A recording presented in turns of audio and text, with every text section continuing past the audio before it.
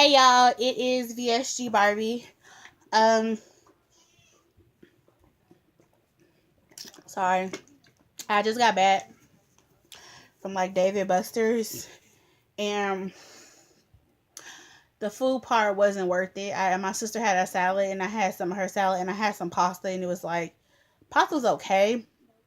It wasn't that good though. Like I would have rather just went there to play the games, but we had fun. I'm doing this video basically because um I went to the doctor today and I had a bad experience with the doctor. Um, I don't like that doctor place. I don't know if I'll be going back there. I'm not really sure. I didn't like my experience today. Um, but I don't know. Let me tell you what happened. So y'all know that I'm going to Tijuana, Mexico on July 15th to have vertical sleeve gastronomy. Um, and this title of this video is going to talk about aftercare. Because when we as a weight loss community, when we have these surgeries, the aftercare is really it's something that's always like told to us is super super important. And now that I sit back and think about it, I don't know if that is really important or not. Um, because the same stuff that you can get from your surgeon, you can get from your PCP also. Some things you can and some things you can't. I'm gonna do the things that you can and then things that you can't. As far as if you need a revision or if something like happens with your new stomach, then your new surgeon will have to um, fix that. As far as um, as far as taking an X-ray of your stomach or I don't know, a hernia or something. There are doctors who can that are not in the weight loss field that can repair a damn hernia. My veterinarian repaired my dog's hernia. Not saying a vet is going to repair yours. I'm just saying, like, you don't have to have a weight loss doctor to repair a hernia. It's just that, let me give you the story. So today I went to the doctor, and basically, I went in, I did some paperwork. I was a little bit late. And the reason I was looking for a doctor was because I wanted one doctor that I was going to be able to see for the rest of whatever. I'm looking for one doctor to go to, and I'm looking at Dr. Hop. And so the lady put me in there. We were talking, nurse or whatever. And she was like, oh, by the way, the doctor they put you with is today is his last day. And I was like, well, then why am I here?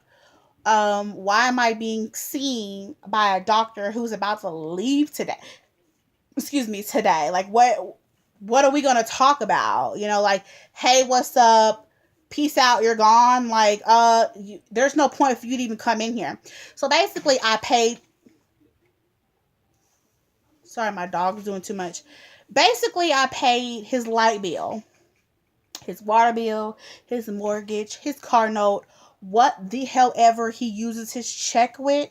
I increased his check today for no reason at all. Like, I had no business seeing him.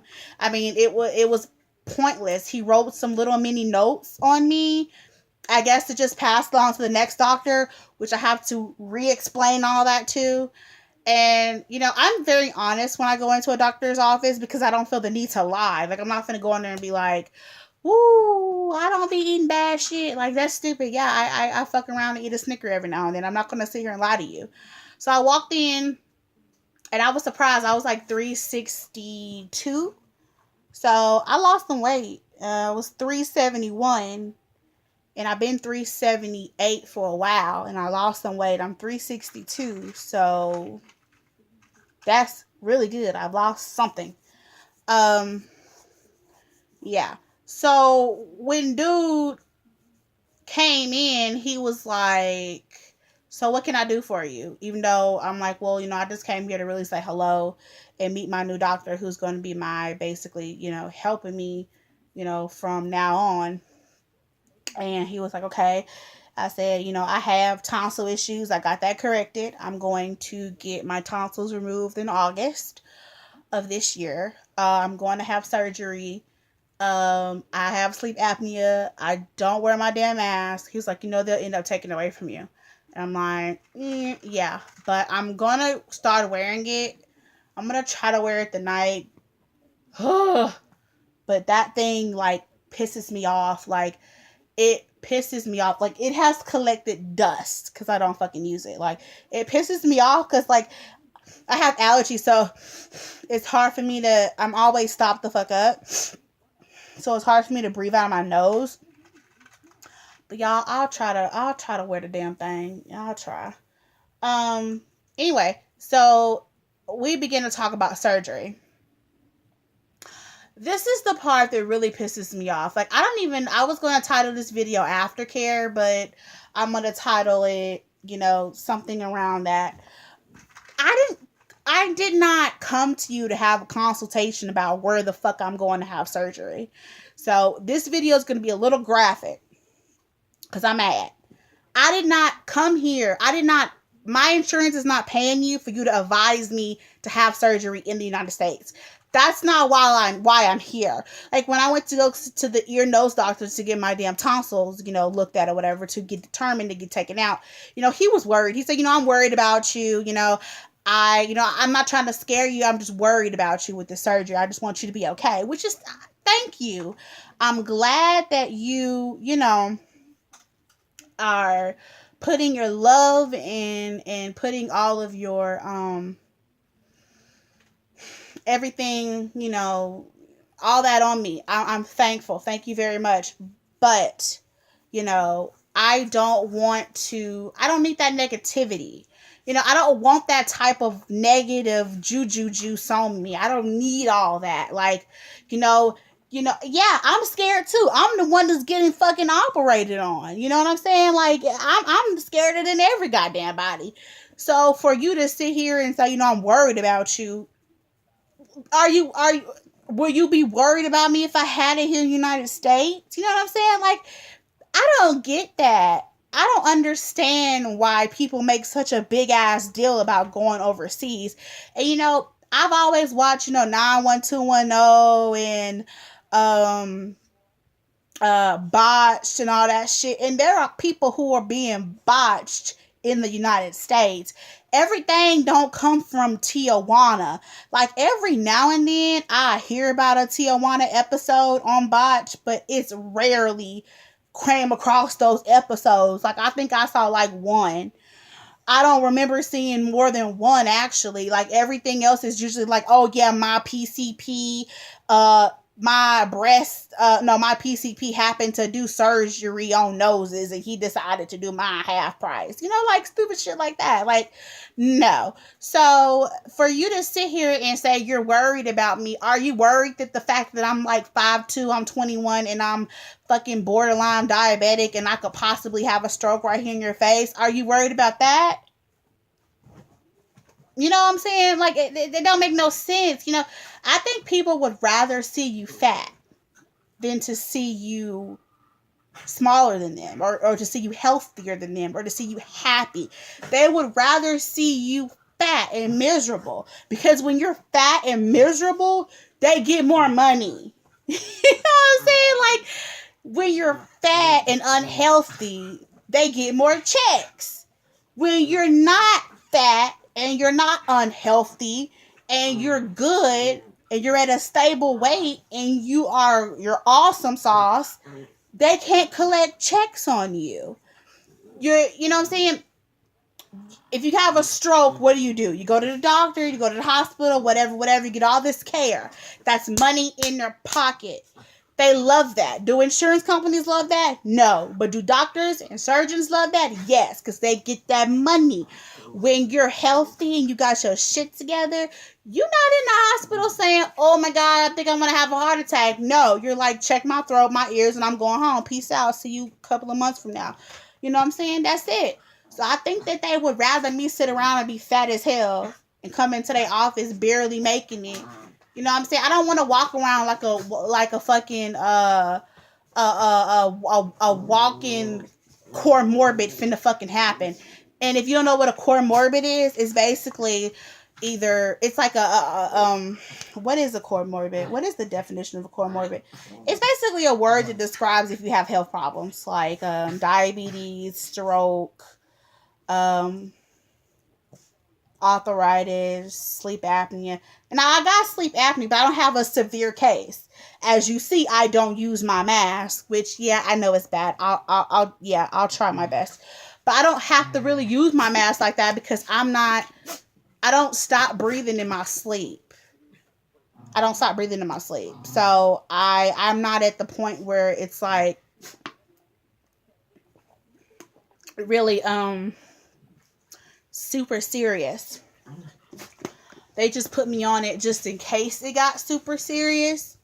But I just don't like that. Like I was telling my friend today that cuz he picked me up when I left the hospital. I mean the doctor's office and went to David Buster's.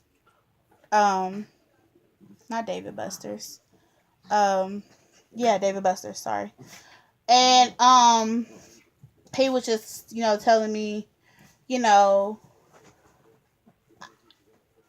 that's just how it works here. And back to the doctor, he was just like, when I say, I'll be leaving for surgery on July 15th, I'm flying out to Dallas on July 13th.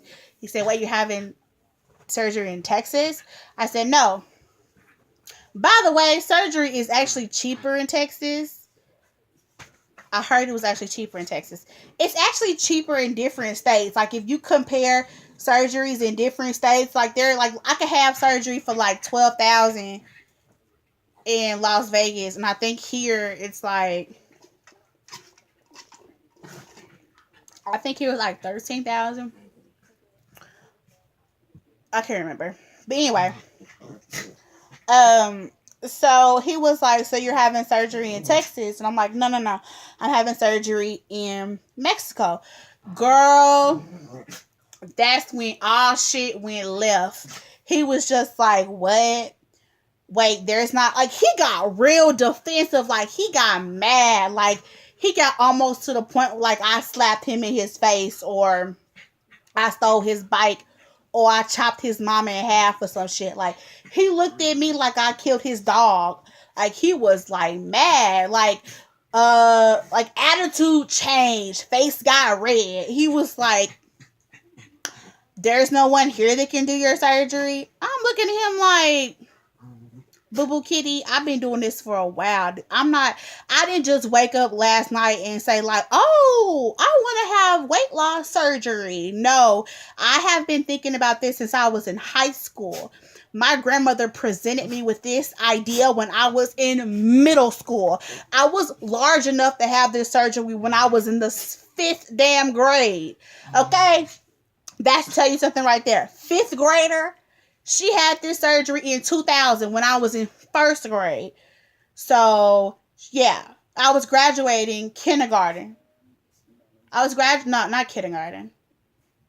Was it kindergarten? Yeah. Yes. I believe it was kindergarten when she had that. I think I was graduating kindergarten. No, I was graduating 1st grade. I can't remember. But she had the surgery when I was a kid. And she presented me with these ideas of having surgery when I was like in middle school.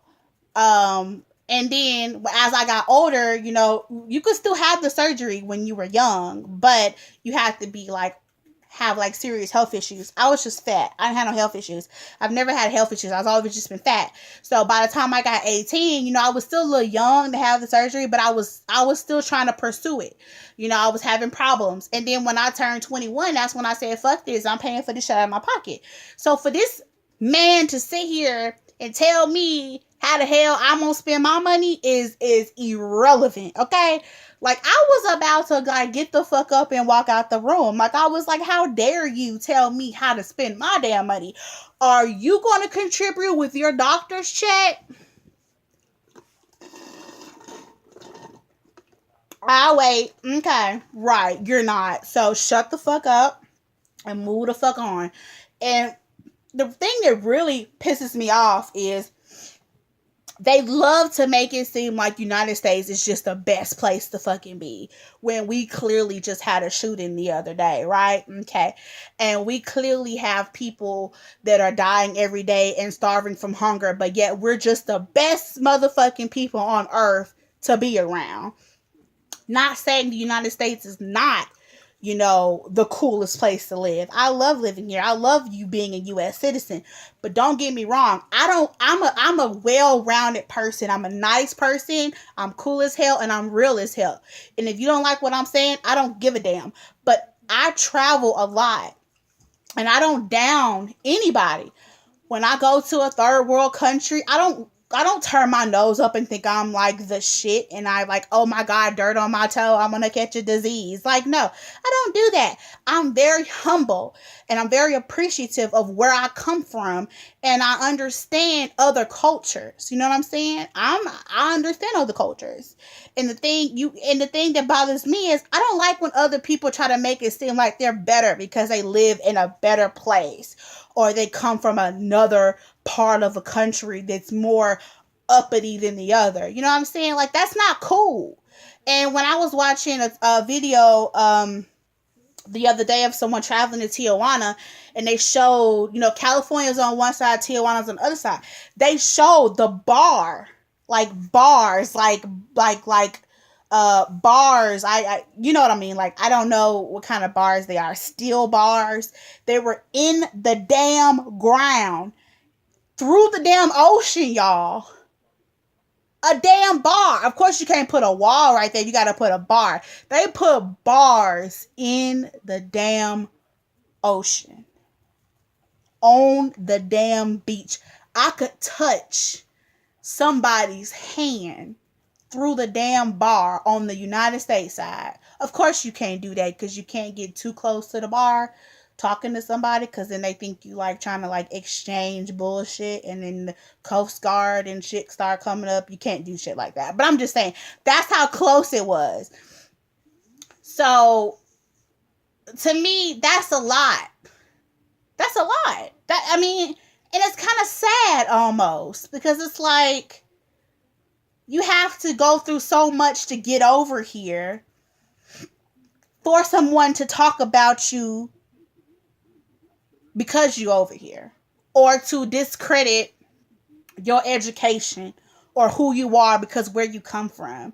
And that just kind of takes you back to like a whole nother, like a whole bunch of bullshit that I don't even want to get into right now.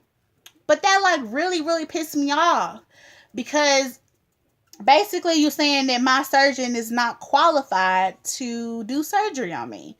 Like, he's not qualified because he's Mexican and he's from Mexico and he lives there and he went to school there and he's on their surgical board. Like, I literally went over. I didn't have to prove shit to him because guess what? He can go fuck off because he's not even my fucking PCP. He's just a random bitch who decided to sit there that they decided to put me with who's leaving today. But that just really pissed me off. Like, you know, you can't discredit that someone. You know, a lot of people come over here for a better life. They come over here for the American dream. And they come over here to get their education. And they go back to their own country so they can, operate and give good service for their people. And the medical the medical world is basically Tijuana's income. You know, that and tourism is two things that are very, very popular there. That's kind of what keeps the city going. Um, is the tourism, you know, like people coming there for tours and all that good stuff. And then um medical reasons. And it's, to be honest, if you looked up different places to have surgery, Tijuana is the cheapest. It's Tijuana. Then there's Mexico. Um, just different places in Mexico besides Tijuana. Um, Paris, you can go have bariatric surgery in Paris. You can go have bariatric surgery in London. You can go to India. You can go to China. You know, there's different places you can go and have surgery. You don't have to stay in the United States. And then what really bothered, another thing that bothered me was when he said, well, no one's going to touch you when you come over here. Like I was a disease. Like I was like the disgusting scum of the earth. Like no one's going to want to touch you. And I'm sitting here like, who are you to sit here and degrade me and try to manipulate me and try to persuade me to change my mind of where the hell I'm spending my damn money? Y'all, I don't know if you know how pissed off feels, but I was beyond pissed off. Like I was ready to slice his damn neck in half with his with something. I was mad. Like I was like really upset. That really pissed me off. And I talked about it for a good 45 minutes in the car because I couldn't believe, you know, I had already had a bad experience with a doctor, and then I come in this bitch trying to get away from the shit I already been through to come to some new shit. You know, I don't think I want to go back. I did not feel respected. You know, I didn't have to tell you shit. I could have just walked in there one day and be like, guess what? I got cut on. I need you to x-ray this and move on. I could have did some shit like that, but I was trying to follow the chain of command, let him know ahead of time, and be, you know, what's the word I'm looking for? I can't even think of the word I'm looking for. But basically be an adult and be responsible and be considerate. I was trying to be considerate, but I didn't have to do that because I'm the one paying the bill. I don't have to tell you shit, you know. So I think I'm gonna look for another PCP. Of course, he's not gonna be my PCP. Somebody else is. He was a man. I asked for a woman. That's the part that threw me off because I was supposed to have a woman doctor. I don't know who the fuck was that. I don't know. That was a hot ass mess right there. They're very unorganized. I don't know if I want to be there or not. I don't know. That was just I got a lot to think about when it comes down to that, because that just really pissed me off.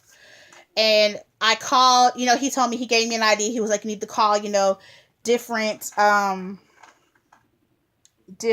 surgical, you know, weight loss places here where I am to see if they would take you as far as aftercare. So I went to I called the one in Fayetteville that I wanted to go to. I did not call anyone in Little Rock, Arkansas, because I've already went through them and I don't like them, so no. But I called the one in Fayetteville, and I talked to a lady, and she said that most likely they wouldn't mind taking me for aftercare, and I was like, cool, you know, cool. But then I explained the process to the counselor, and, you know, she was once again trying to sell me to have surgery here. I am not a toy to operate on. I am not another number. And I feel like the care that we get here in the United States, I don't know if you guys feel this way, but I feel like I'm just another number. I am just another surgery to them. I am just someone. I'm like a car, you know, like a car, and they're like the car salesman. and they really, really, really, really, really want to sell me. They really, really want to operate on me so they can get a commission, they can get a check, you know? I don't like that. I don't like feeling like a fucking BMW. Well, but I'm just saying. I don't like feeling like you're a car salesman and you want to hurry up and get something done and and cut on me and sell me or whatever. So guess what? I can give you a check. That's not how it works. That's not how I should feel. I should feel like you care. I should feel like you want me to be healthy. I should feel like you want to do what's best for me. As a doctor, as a nurse, as whatever in the medical field, you take an oath to help people and to do what you're supposed to do. You went to school to help people, unless you just went to school to do this to get a damn check. You're supposed to want to help someone. You're in that type of a field. So for you to say, oh, I'm not going to allow you to come here and be aftercare because you didn't have surgery here. We don't want to touch you. We don't want to deal with you. We want you to go away, or you need to go where you come from. Really, bitch? So what happens if my surgeon died? Would that make it better? Like, that's stupid. Like, what if my surgeon no longer did surgeries anymore and his facility closed down? Or what happens if he suddenly died or something and he couldn't do surgery no more? Would you then take me as a patient? That this doesn't make any sense. Like, just because you didn't do my surgery, you don't want to touch me. No one asked you to reoperate on me because he does his damn job. He does a good ass job. You know what I'm saying? Like, I don't need you to do that. What I needed for them was to help me with my vitamins, give me nutrition, make sure I'm okay. If I'm having problems or whatever, I could come to them and they could fix it. I have insurance, it'll pay for it. But they're so ornery. She's so worried about, well, why won't you have surgery here? Because I can't fucking afford it. Are you going to help me pay for it? And I was just like, you know what? You have a great day. And I just hung up like, you bitch. So what I come to a conclusion about all of this was that my grandmother had the surgery in 2000. She did not do aftercare. She just kind of followed her instructions with her surgeon, and she lives where her surgeon is. So I mean, she didn't do aftercare because she probably didn't want to. I don't know why she didn't do that. She went back and forth with him or whatever, but after so many years, she just stopped kind of going. But she just followed the instructions, ate what she was supposed to eat, took her vitamins, walked, exercised, drank water, didn't do anything that would hurt her sleeve, wrote the foods down, which I think is a good idea. Write the foods down that your sleeve or your bypass can take. And then write that stuff down. Write that stuff down, what your stomach can take. Like, what's good and what's not good. And the stuff that's not good, write on the not good list. And the stuff that's good, write on the good list. So, she didn't do aftercare. And I think a lot of people who do aftercare are people who have just kind of got into this sleeve weight loss stuff. And they were kind of like taught to do that. I want to see you and I don't want you to disappear on me. And sometimes I feel like that's a good thing and that's a bad thing. When you're so overweight, then maybe you do need someone to monitor you to make you okay. But when you're not as overweight as the next person is, and when you're not as sickly, well, not sickly, but ill as the next person is, then you really don't need aftercare. Because like I said, I don't have any comorbids other than mild sleep apnea. So all I would be doing going to the aftercare was just to talk to a nutritionist. That's all I needed from them. And then I want them to x-ray my sleeve, and I can get that done in my PCP office. So at this point, I'm not going to look for any aftercare. I don't feel like begging someone to take me. I'm not like someone's used up ex-girlfriend. I don't need that. I'm just going to get a better PCP, obviously, and go do my surgery, do right, recover, and that's about it. And anybody else who don't like the fact that I'm going to Mexico can suck ass, because you are not handing me thousands of dollars to have surgery here. And there are people here who died from surgery. There are people here who've been botched from surgery. So just because you have it in the United States doesn't mean like it's golden. There's shit that happens here too. So yeah, pretty much. I'm